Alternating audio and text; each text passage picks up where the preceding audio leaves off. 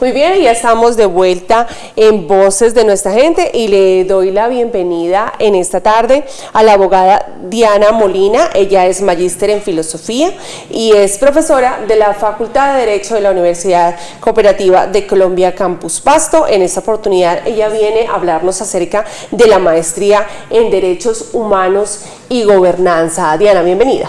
Hola Mónica, ¿cómo estás? Buenas tardes. Muchas gracias por tu invitación y gracias por estar en este espacio. Muy bien, bueno Diana, cuéntanos un poco acerca de la maestría. ¿Por qué estudiar esta maestría? Bueno, primero te cuento un poco todo el origen de la maestría para que se dimensione un poco en qué consiste. Nosotros pertenecemos a un grupo de investigación que se llama La Minga y que ha indagado en las lógicas de las luchas por los movimientos sociales y los diálogos entre el derecho, la sociedad y los retos, digamos, para las lógicas del siglo XXI. Es un grupo de investigación que lleva más de 8 años. Entonces la maestría se justifica sobre una base académica, sobre una base de justificación académica y además porque tenemos unas redes muy lindas y muy interesantes con toda América Latina. Entonces esta maestría, si tú quieres, hace una red, hace un empalme con otros grupos de estudio de otras maestrías y de otros doctorados de América Latina que están en esta misma lógica de pensar el derecho para nuestros tiempos. Entonces es una maestría además, digamos, muy actual, muy vigente, muy situada académicamente hablando. Bueno, y hay algo que es muy importante destacar y que no solo es para abogados. Sí. Entonces, te contaba además que por esa razón, por esas redes, entonces, nuestra maestría, más que, digamos, que una práctica de aprendizaje, que también lo es, tú vienes a aprender, adquieres una gran cantidad de conocimientos que te sirven para el ejercicio de tu profesión, no solamente jurídica, sino con otras disciplinas, como te lo voy a explicar. Pero además de eso, entonces, que tú vienes a aprender, tú experimentas realmente, digamos, tú vives una experiencia cuando entras a estudiarla. Primero, porque tienes la oportunidad de conocer a profesores de toda América Latina. Tenemos a unos doctores de altas calidades que vienen de México, de Cuba, de Argentina, de Brasil, de España y de Bogotá también, ¿no? Entonces, es una experiencia solamente el hecho de interactuar con tanta gente de otras partes de América Latina. Pero luego tienes que quienes componen los grupos de estudio, los estudiantes que asisten a la maestría, son estudiantes de unos niveles académicos maravillosos, primero, y segundo, de distintas disciplinas y de distintos ejercicios profesionales. Entonces, la práctica de la maestría es un enriquecimiento mutuo, porque tú tienes a un activista de derechos humanos dialogando con un director de ONG y con una jueza y con un fiscal, con un contralor, que además vienen de distintas regiones.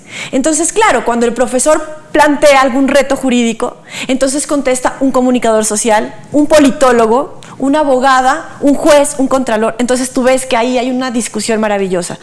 Para ellos, cada vez que ya llegan, cada vez que les toca asistir, porque no es cada semana, sino que es cada mes. Entonces, cada vez que les toca la visita, tú ya los ves llegar sonrientes, con hartas expectativas, como con llegan a experimentar placer más allá de ejercer su práctica de ejercicio profesional y de académica.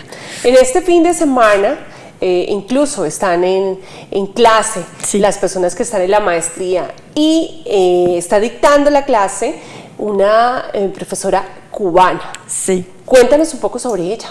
Bueno, Kenia es una profesora de la Universidad de La Habana, muy cercana a los procesos constitucionales de América Latina, muy estudiosas de ellos y además conocedora directa de la redacción de la Carta Constitucional cubana.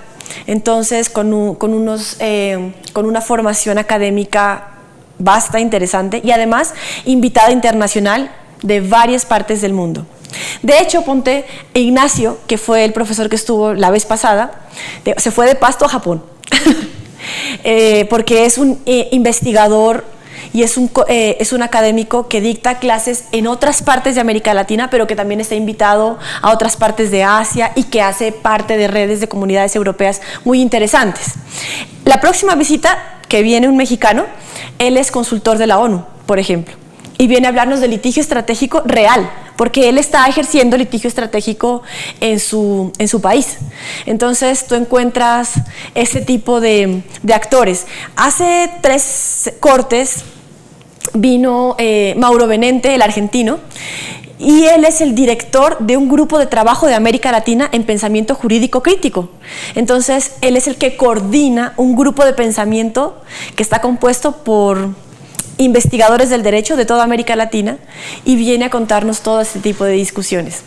Entonces, lo que yo te digo es una interacción muy interesante. Los estudiantes, de hecho, cada vez que termina la clase, digamos, no se dan por satisfechos y cada vez están organizando tertulias después de la clase, se juntan con ellos, conversan y se han hecho unas redes también afectivas muy interesantes. Muy bien. Bueno, lo que te acabas de mencionar acerca de las redes es muy importante en la medida en que, por ejemplo, también las personas que terminan esta maestría, que avanzan en ella, van a tener la posibilidad de tener estos contactos con estos profesores que los van a guiar en muchos momentos y, por qué no, en casos, en situaciones que tengan que vivir en nuestro país. Sí, es interesante esto que tú me dices, porque te cuento también que esta maestría está enlazada con 3 maestrías especialmente, una en Argentina, otra en México y otra en Brasil. Y esto implica que con los estudiantes proyectemos prácticas de asistencia pues también a esos países. Tenemos proyectado para el otro año, es decir, empezando 2019, tenemos proyectada una misión académica. Y una misión académica es con los estudiantes que quieren ir a recibir clases directamente a México con una profesora de la UNAM, que es una maravilla, se llama Leida, que les va a explicar los retos del derecho y la globalización. Es un curso específico sobre globalización. Y entonces los estudiantes pueden ir a México, recibir su clase con ella, hacer una misión académica y luego acá tienen la posibilidad de homologar ese curso con créditos selectivos de la maestría. Entonces, como te decía desde un principio, la idea es que estudiar no sea un ejercicio solamente de cumplimiento de retos profesionales.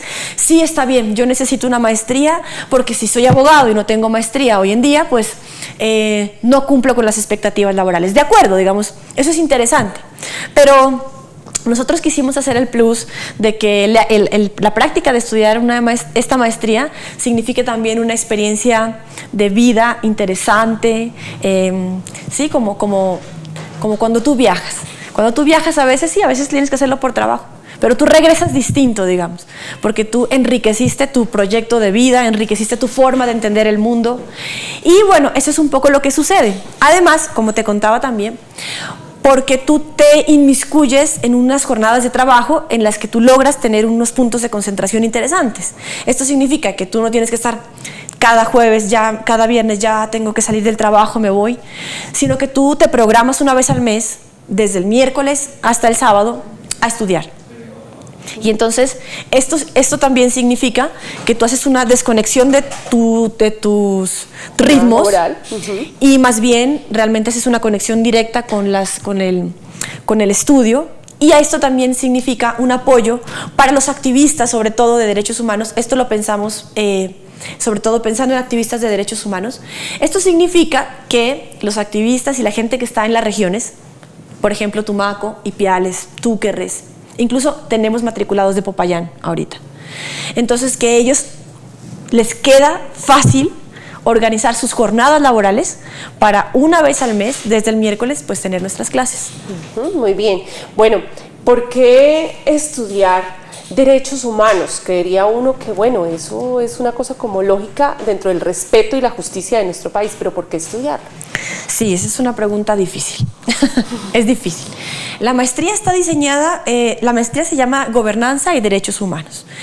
Y digamos que emergió en el momento justo del proceso de paz en nuestro país. Pensar los derechos humanos hoy en día es pensar en una cara de la justicia necesaria. A veces es más cómodo, dentro de las lógicas del estudio del derecho, pensar en sus temas no urgentes, en sus temas colaterales. Pero si tú tienes que pensar desde el derecho y las emergencias del derecho y los retos del derecho, pues tienes que pensar en una lectura al menos crítica de los derechos humanos.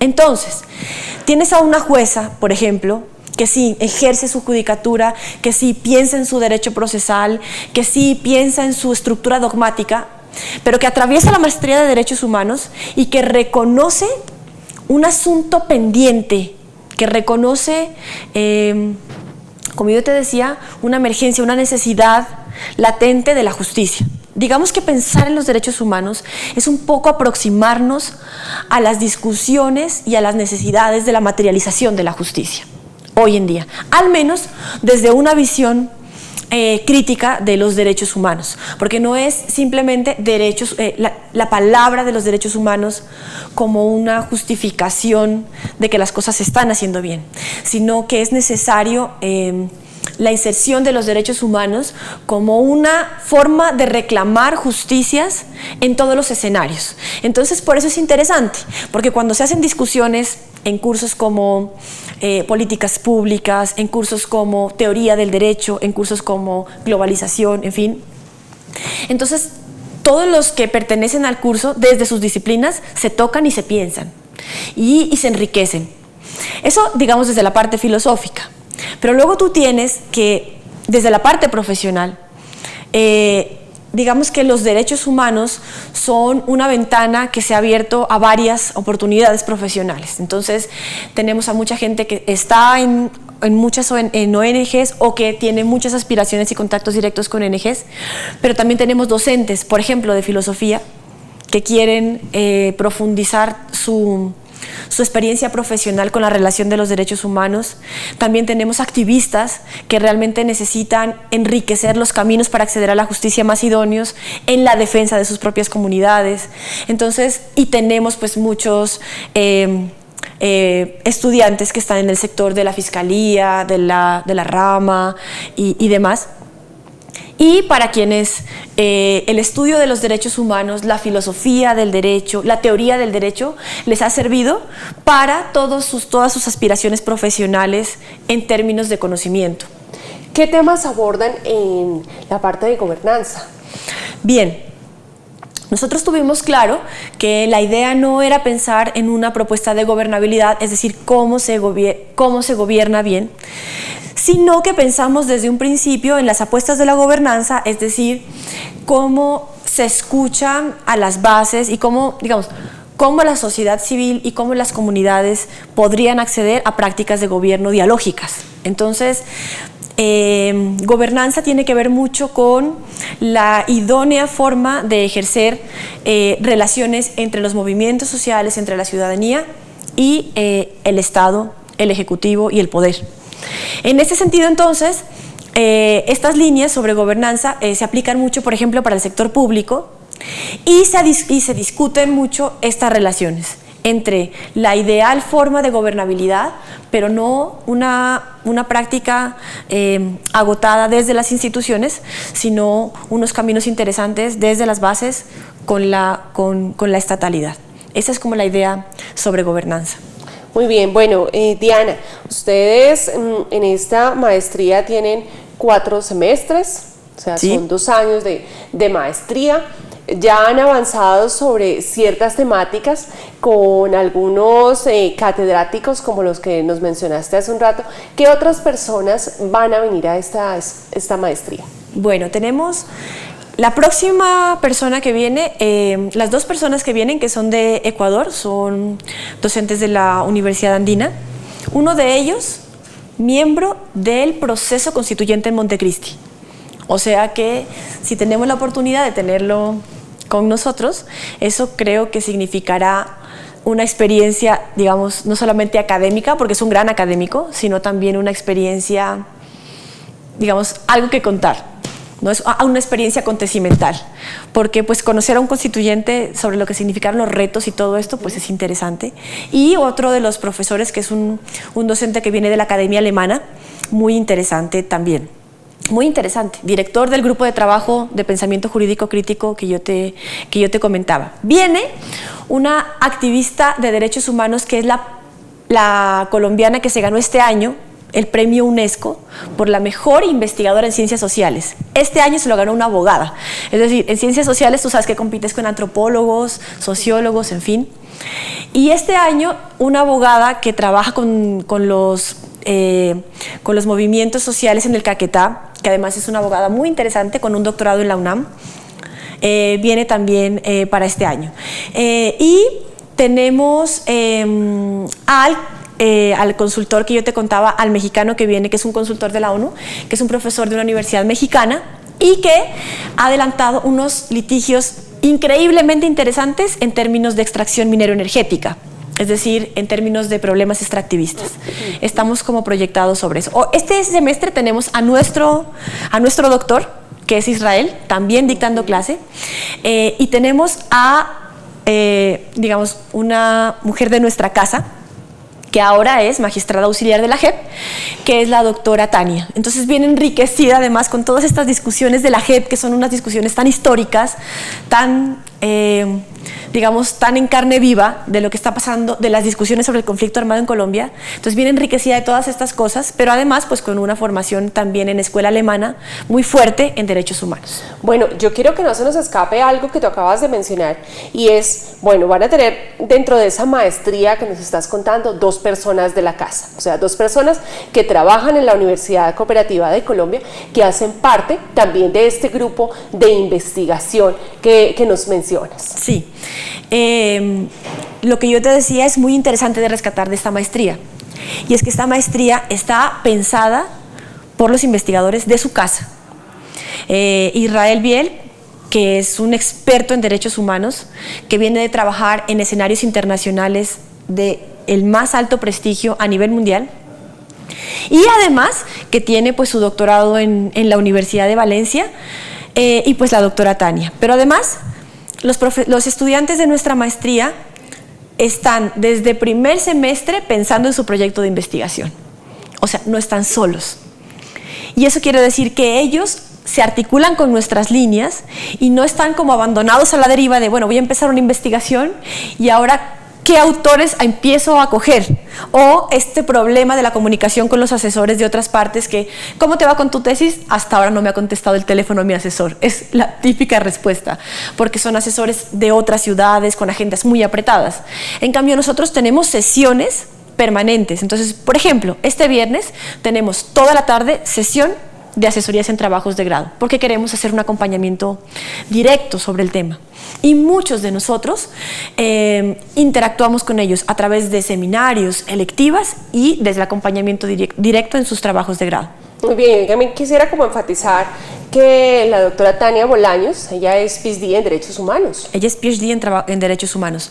Todos los profesores de la maestría invitados, todos son doctores, todos son PhD. Es decir, todos los de los que te conté, todos los que te he mencionado, todos son doctores.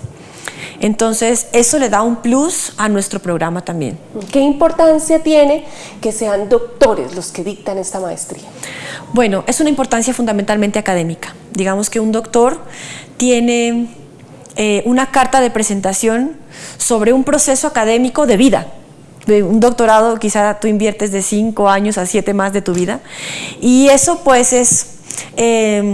digamos que eso significa una carta de presentación cuando tú dices, bueno, yo me dedico a la educación, yo me dedico a la investigación, pero un día decidí hacer un doctorado, y eso significa que la investigación y la academia se inmiscuyeron con mi proyecto de vida. Y además, porque digamos que su capacidad para dictar, para enseñar, nos ha indicado que tienen una capacidad pedagógica y de comunicación muy interesante. Entonces los estudiantes pues conversan con los doctores y les preguntan temas diversos, y ellos tienen una capacidad y una visión como mucho más holística de un problema para entrar a abordarlo, digamos. Entonces pues se enriquece mucho más la discusión, digamos, sin demeritar nuestro equipo de trabajo, que está compuesto por magíster, porque es un equipo de trabajo que profundiza mucho y que tiene unas condiciones académicas muy altas. Es decir, nuestro grupo de investigación es un grupo que está publicando en revistas Scopus. Y eso quiere decir, en revistas Scopus, y además en editoriales internacionales. ¿Eso qué quiere decir? Eso quiere decir que a nosotros nos está leyendo el resto del mundo, porque una revista Scopus quiere decir una revista que está en bases de datos norteamericanas. Eso quiere decir Scopus, es decir, que está montada bajo regímenes de evaluación internacionales mundiales. Eso también quiere decir que nos están leyendo o que estamos en una red de pensamiento mundial, que estamos pensando lo que está pensando el mundo, digamos, y que lo que nosotros estamos diciendo está siendo escuchado por otras partes del mundo y nosotros lo estamos recibiendo también de otras partes del mundo. Eso quiere decir también eso. Bueno, y que están aportando a muchísimos temas de actualidad en el país. Exactamente, es eso, digamos, porque es distinto cuando tú haces una propuesta académica sobre el derecho sin más, o sobre el problema de la justicia sin más, o sobre los derechos humanos, cuando el problema del derecho, de la justicia y de los derechos humanos, hoy es un tema que se discute de manera candente en la academia. Entonces, no nos sirve de nada presentarles a nuestros estudiantes unos contenidos curriculares que no estén de acuerdo a lo que se está discutiendo curricularmente hablando en el mundo. Es decir, nosotros estamos hablando de los autores que se están pensando en el mundo. Estamos hablando de decolonialidad, por ejemplo, y estamos trayendo a autores del derecho, por ejemplo, que están pensando el derecho y la decolonialidad, por ejemplo, que están pensando en la relación del derecho y el ambiente, en los derechos humanos, en lo que significan los nuevos constitucionalismos de América Latina, en el contexto de sus procesos de paz y de las desmovilizaciones que han tenido todos ellos, en el contexto de los movimientos sociales que se están gestando, en el contexto de los presidencialismos que se están gestando. Eso está pasando en este momento. Entonces, creo que es muy responsable y muy ético hacer una apuesta académica, pero que tenga, que esté nutrida de un acervo de pensamiento crítico y de pensamiento que se está gestando desde América Latina, además, hoy en día. Esa es como la idea. Diana, bueno, si yo quiero matricularme en esta maestría, ¿qué debo hacer? Bueno, en la página de la facultad de la Universidad Cooperativa, tú entras a la Facultad de Derecho y ahí está toda la información. En este momento se está vendiendo el PIN. Y se está vendiendo el PIN, creo que hasta final de este mes y casi comienzos de enero. Se está vendiendo el PIN. Entonces tú pues compras el PIN y te sometes a un proceso de selección que incluye una entrevista y una prueba escrita, digamos. Y además la universidad te hace el puente con ICETEX, desde la universidad hacen el puente con ICETEX para las personas pues, que no tienen el pago de la matrícula efectiva, sino que quieren financiarla, es decir, que quieren empezar a estudiarla, quizá tener un año muerto para empezar a pagarla por cuotas después de terminada también. Entonces, todos esos procesos se hacen a través de la universidad. Entonces, pues es como acudir a la página o comunicarse con los teléfonos que están en la página del internet. En Toro Bajo, en la Secretaría de la Facultad, están atendiendo y están brindando toda la información. Muy bien, sí señora. Entonces también pueden comunicarse al 733-6706, extensión 2181. Allí el mercadeo les contestan y les dan toda la información acerca de esta maestría en Derechos Humanos y Gobernanza, que es muy importante en este momento. Sí. ¿Algún prerequisito, algo que debamos tener? Sí, bueno, lo que te decía sobre la interdisciplinariedad, entonces no se necesita que seas abogado y pues sí necesitas el título profesional. ¿De cualquier área? En cualquier área. Importante. Asociadas, claro, que tú puedas demostrar relación o interés con el estudio de los derechos humanos. O sea, un área social. Sí, puede ser, bueno, no sé si haya otras asociadas con las naturales y demás, pero que puedas demostrar tu interés y tu relación con el estudio de los derechos humanos. Muy bien, bueno, bastante interesante. Y en 2 años tiene uno su título como magíster. En 2 años tú terminas tus clases y esperamos que muchos, terminando sus clases, estén con su trabajo de grado listo. Pero la universidad contempla 2 años después de terminadas las clases, te da 3 años a ti para que hagas tu tesis. Muy bien. Y tesis que pueden tener asesoría y compañía de expertos de la misma universidad. Sí, esa es la idea. Muy bien, muchísimas gracias entonces a Diana Molina. Ella es abogada, es profesora, investigadora de la Facultad de Derecho de la Universidad Cooperativa de Colombia, Campus Pasto. Muy amable por habernos acompañado. A ti, Mónica, muchas gracias por la invitación.